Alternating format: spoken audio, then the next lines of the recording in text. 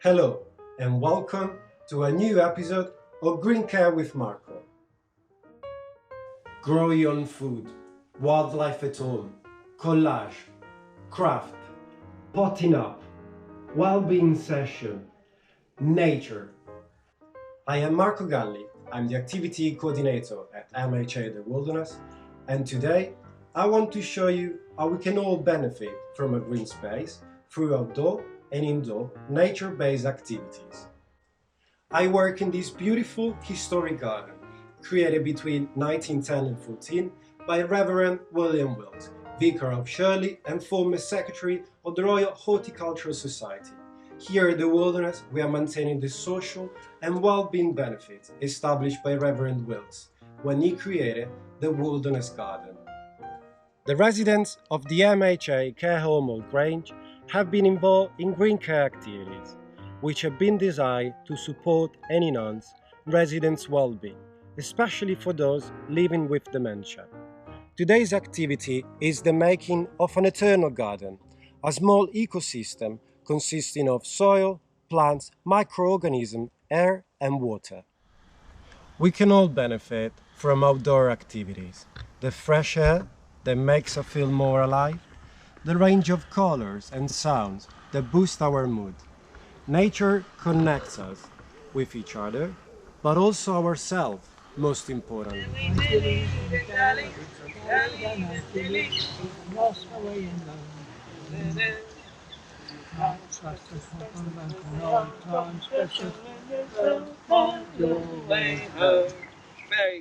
As many research and studies have proven contact with nature can be beneficial for health and well-being, however, many older adults face barriers with getting outdoors. One way to enable nature contact for residents for whom outdoor access is infrequent or impossible could be to stimulate aspects of nature indoors. I'm here today to show you how we can connect our body, mind and spirit with indoor green care activities.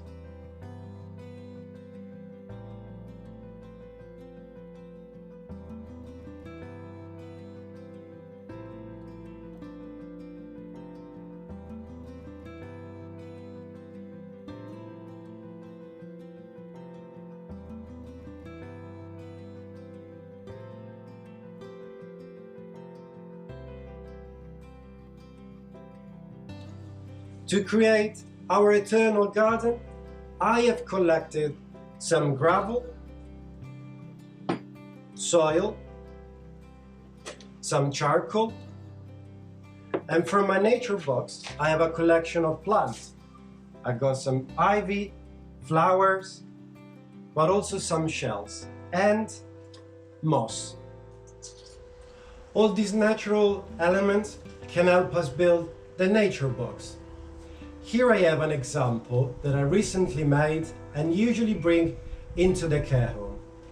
The nature box can spark conversation around natural items and trigger memories.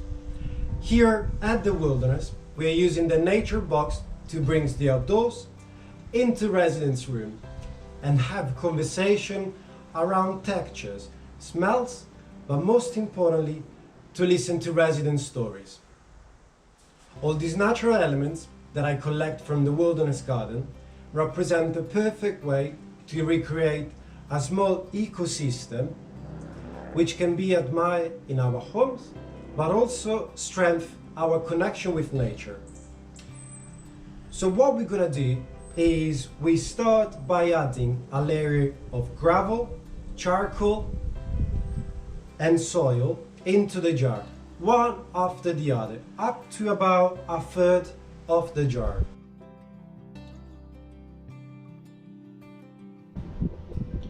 So we start by adding a layer of gravel first into our jar.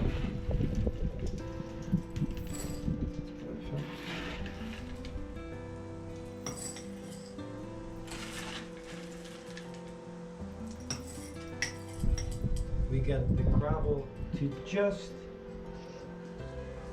the bottom of our jar.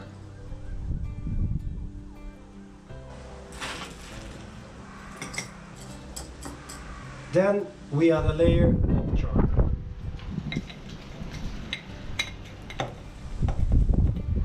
We're using different elements that have different textures, like the roughness of the gravel and charcoal in our jar. And then we add the soil, the softening of the soil.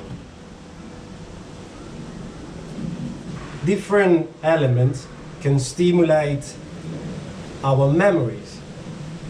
So for example, when I use the charcoal, I immediately start thinking about when I used to sit in front of a bonfire with friends and family, especially during a summer evening, or outdoor, maybe outside and camping with all of them. And also I want to share with you what one of the residents told me just a few days ago when we did this activity. That actually we are learning. We are learning all the different layers that we usually find in Earth. Then, what we're gonna do next, we're gonna carefully insert a little bit of moss and then plants. So I got different moss that hold different textures, and we gently put into our jar. What we're gonna do next is adding a little bit of plants and flowers that I collect from the wilderness garden. And plants and flowers brings in a different element of colors, but also smells that can trigger our memories. And we carefully position them into our jar just to recreate a small garden. This is a moment that we can share with the residents, share some stories and experiences around plants, flowers, but also gardening.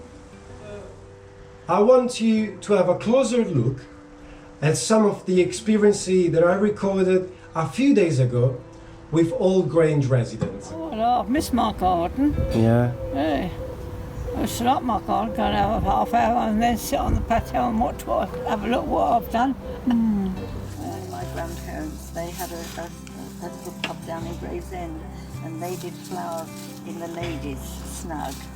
And I loved it. I was allowed to go in there, you know, because I was about 15. And I could go in and sit with the ladies, and they'd come in there. It's all right, done it. Hello, how are you, Hazel? Are you being a good girl at school? Yes, I'm a good girl at school. And we did the flowers. Oh, wow. Watched the ladies, they put all their things down and then they did the flowers.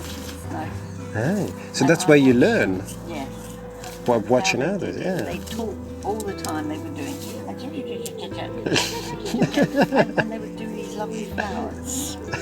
You know, just 3 or 4 lovely ones around the peak. And I was fascinated by them as well. And I was allowed to go in. For the talking or for the flowers? For the chatting, Both, I think. Because they would talk to me, you see, and they knew me because I was, you know, the daughter of the house, as it were. And they would sort of say, "Now, Hazel, have you been a good girl at school today?" "Yes, I have," I'd say. Yeah, I know. I wasn't that good. But, you know, it was really nice with these older. I thought they were very old ladies, but they were only about the age I am now. Ridiculous, isn't it? Now, let's give to our eternal garden a personal touch. So, when you're working with different elements or different natural elements, ask to your participant what they remind them of. There might be something special. They might gonna hold some memories about their family experiences, or perhaps like around colors, shapes and size. Anything that can bring into a conversation can trigger people memories.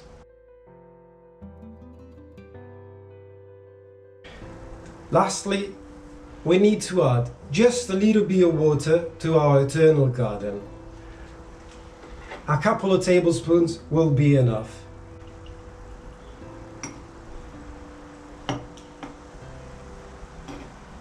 There we go. And then make sure to close the lid. And there we have our eternal garden.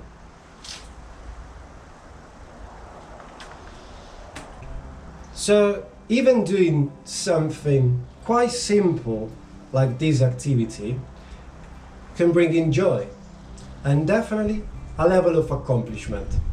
Like one of the residents from Hall Grange who live with dementia but really enjoy doing this activity.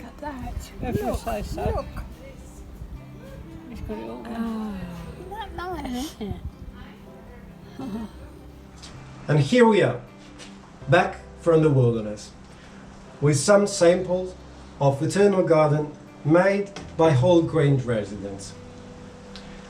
Actually, I would say our small journey through the creation of a small ecosystem. I would be really interested to see how your eternal garden has developed.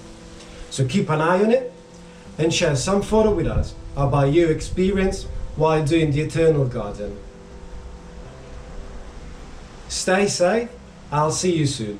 Ciao ciao.